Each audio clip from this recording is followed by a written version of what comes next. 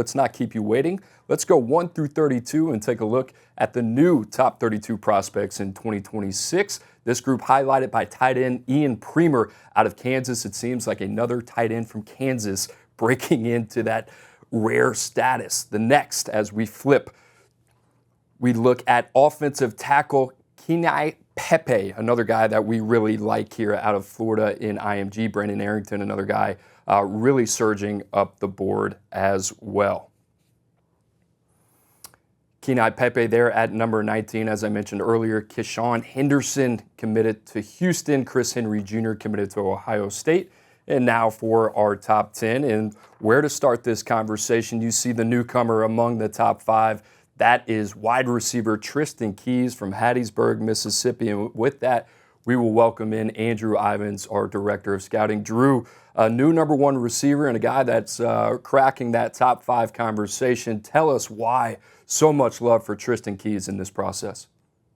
You turn on the junior tape, and there's a lot to like about Tristan Keys. And this is someone that first caught our eye back in the offseason, the summer months. We saw him at one of those overtime OT7 events in Orlando, and then he really kind of made a name for himself at the championship in Tampa in early June. I mean, that was an event loaded with upperclassmen. It was like, all right, who's this kid Tristan Keys catching passes from Deuce Knight, right? He was with the Coastline teams, and then he's only gotten better here as a junior for Hattiesburg. Undefeated right now. They went 10-0, and I just love the combination of the size, the elite ball skills, superior athleticism. See him in these contested catch situations, the body control, the adjustments.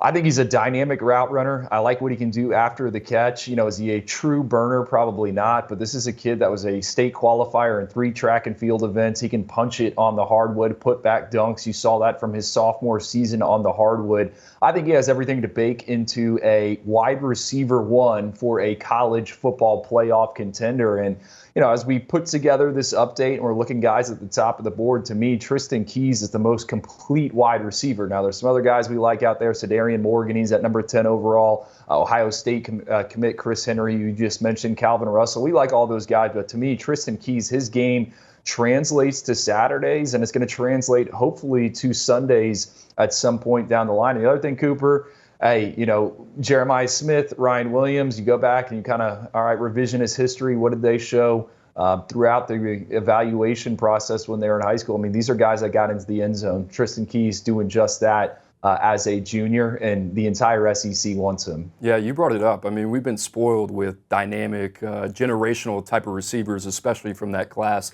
just a year ago. Jeremiah Smith, you talk about Ryan Williams, Cam Coleman, Ryan Wingo, some names that are emerging as freshmen. Tristan Keys kind of fits that mold as a guy that could go wire to wire. Obviously, getting that 5th star shows you what we think about him. Drew, let's take a look at the top 10 quarterback rankings here in 2026, and I want to dive right into this. And the guy at the top of the board, Faison Brandon. I remember last time you and I were talking about Faison Brandon in the move to put him atop of the board there, not only as the number 1 signal caller in the country, but the number 1 player in the country. At that time, it seemed to be a little bit of a calculated shot.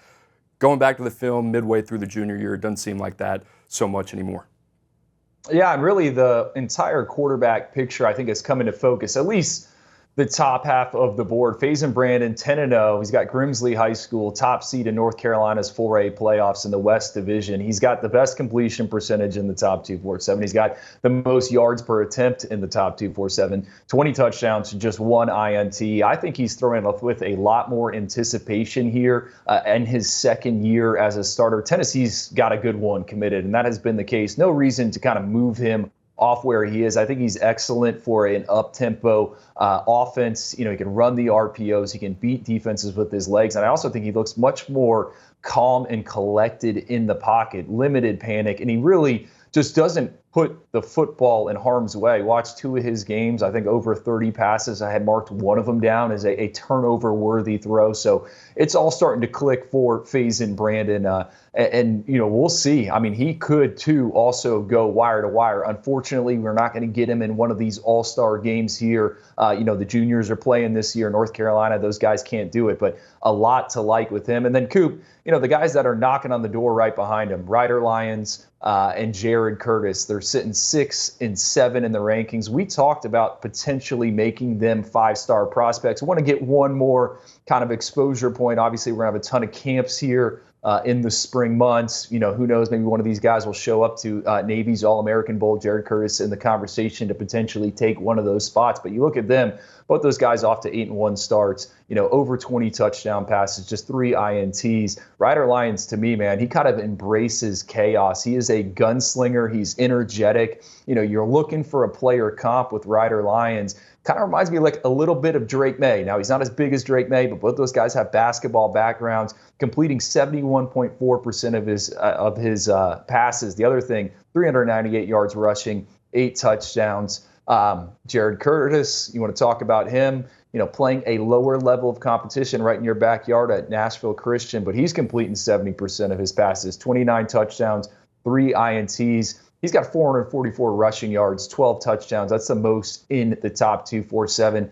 I think he's got an elite deep ball, Cooper. The other thing, such a confident mover in the pocket, kind of reminds me of Dylan Raiola, right? What we saw from him late in his prep career, and that's translated over to his time at Nebraska. I know he's kind of going through some growing pains now, but if you look at Raiola in the pocket, just kind of how he moves around, how he feels out pressure, extends plays, keeps his eyes downfield, I think there's a lot of similarities there between him and Jared Curtis. Yeah, both those guys incredibly worthy. You got to see Jared Curtis this year live and in person, very physically impressive as well. Drew, there are a couple guys outside of the top 10 rankings, inside the top 10 of the quarterback rankings, and one of those guys, Keyshawn Henderson, who we have listed as an athlete because there are a lot of programs out there recruiting him at receiver, recruiting him at DB. That's a guy that comes to mind.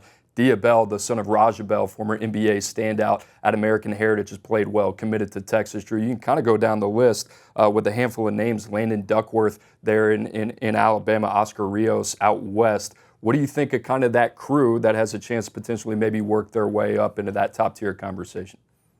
Well, Faison Brandon, right, Ryder Lyons, Jared Curtis, what I just mentioned, they've all almost ran for over 500 yards as a junior, right? You want to see that pocket mobility, them being able to get out of sacks. And then that next list you just brought up, they're also all dynamic athletes. Keyshawn Henderson is the one where I'm kind of like, okay, I want to see what's going to happen with this guy. Cooper, we saw him at the Future 50, right? He's played wide receiver. He's played safety. He makes a ton of plays there, but he, as a junior, is his team's starting quarterback. He's an exceptional athlete for the position. And yeah, he isn't the most polished passer, but the more you watch of him, he will drop some absolute dimes, back shoulder fades, you know, right where the football needs to be. I'm really buying into the idea of him being a quarterback on Saturdays. Houston, Willie Fritz, they're going to let him play quarterback. I think some other teams, as soon as they kind of dig into the junior tape, they're going to want to get involved. And he could have a Keelan Russell type of rise in terms of a kid. All right, he's committed to a second-tier program there in the state of Texas. Next thing you know, you look up and all of the countries after him. So Keyshawn Henderson, to me,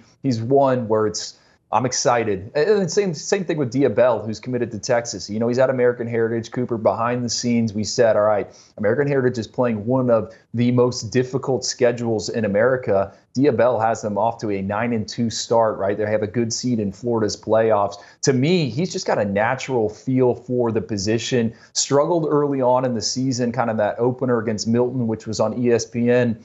And since then, I think he's gotten better and better every single game. Throws with touch, can push it down the field. He's also finding ways to move inside and outside the pocket. So, Steve Sarkisian, Texas, I feel like every year we talk about this quarterback they got. Dia Bell, certainly another one in the pipeline, in the chamber there for the Longhorns. One of the most natural passers in the class, and you talked about it. I mean, an embarrassment of riches there in Austin with what they have in the pipeline. Arch Manning, Trey Owens, another guy that we really liked as well. Add in Dia Bell. Pretty complete picture there for the next couple years for Steve Sarkisian.